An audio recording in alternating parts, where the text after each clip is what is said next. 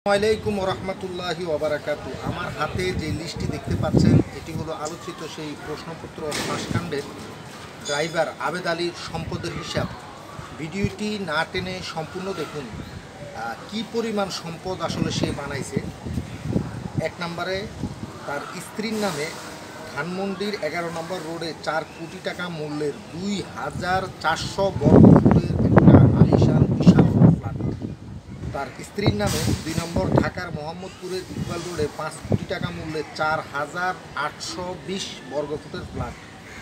3 নম্বর মোহাম্মদপুরের নবোদয় হাউজিং সোসাইটির বি ব্লকে 10 কোটি টাকা মূল্যের বহুতল বাড়ি। 4 নম্বর মানিকগঞ্জের রাথোরা মৌজায় 10 কোটি টাকা মূল্যের 20 বিঘা জমি। 5 নম্বর ঢাকার বাড্ডায় সাঁতারপুল মৌজায় 10 কোটি টাকা মূল্যের 8 বিঘা জমি, এগুলি সব স্ত্রীর নামে। 6 নম্বর রাজধানীর পান্থপথে 4 কোটি টাকা মূল্যের 400 বর্গ ফুটের দোকান। 7 নম্বর রাজধানী 53 বাইতুল মোকাররমে 10 কোটি টাকা মূল্যের 300 বর্গ ফুটের দোকান। 8 নম্বর কক্সবাজারের টেকনাফে 5 কোটি টাকা মূল্যের স্থাপনা সহ 3 বিঘা জমি স্থাপনা সহ। 9 নম্বর কক্সবাজারের ইনানি সমুদ্র সৈকত 10 কোটি টাকা মূল্যের স্থাপনা সহ 1 বিঘা জমি। 10 নম্বর চট্টগ্রামের পাহাড়তলিতে 10 কোটি টাকা মূল্যের 6 কাঠা জমি, এগুলি সব তার স্ত্রীর নামে। এবার তার নামে কি কি সম্পদ আছে সেটি দেখুন। এর আগে কথা বলি, সে কিন্তু প্রথমত কুলি ছিল, এরপরে রিক্সা চালক, এরপরে সে আসলে ড্রাইভার হয়েছে। কি পরিমাণ সম্পদ আসলে সে প্রশ্নপত্র ফাঁস করে গত ওই যে আপনারা জানেন 33 থেকে আসলে 46তম বিসিএসে প্রায় 1 যুগেরও বেশি সময় ধরে সে আসলে প্রশ্নপত্র ফাঁস করে আসছিল। নিজ নামে আছে 1 নম্বর ঢাকার ধানমন্ডির 16 নম্বর রোডে 6 কোটি টাকা মূল্যের 3000 বর্গ ফুটের একটি ফ্ল্যাট।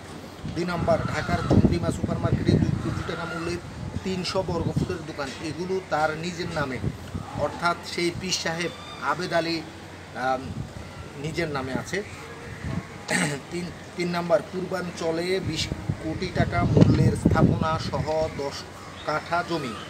4 নম্বর বাগেরহাটের গোপালকাঠি গ্রামে 20 কোটি টাকা মূল্যের স্থাপনা সহ 10 কাঠা জমি। কুয়াকাটায় 3 তারকা মানের হোটেল, ভাবতে পারেন, হতভম্ব হয়ে যাওয়ার মতো কাহিনী। এই সমস্ত এগুলি হচ্ছে যে তার আসলে সম্পদের হিসাব, যা আসলে সাংবাদিকরা খুঁজে বের করেছে, আমার হাতে দেখতে পাচ্ছেন, এটা তার সম্পদের হিসাব। একজন কুলি থেকে মাত্র 12 থেকে 13 বছরে শত শত কোটি টাকার মালিক বনে যাওয়া একজন ড্রাইভারের জীবন কাহিনী। এবার চিন্তা করে দেখেন, এদেরকে যারা পুষে, অর্থাৎ যারা এদের জন্মদাতা, তাদের কী পরিমাণের সম্পদ রয়েছে। ভিডিওটি সর্বত্র শেয়ার দিয়ে সবাইকে দেখার সুযোগ করে দিন। ধন্যবাদ।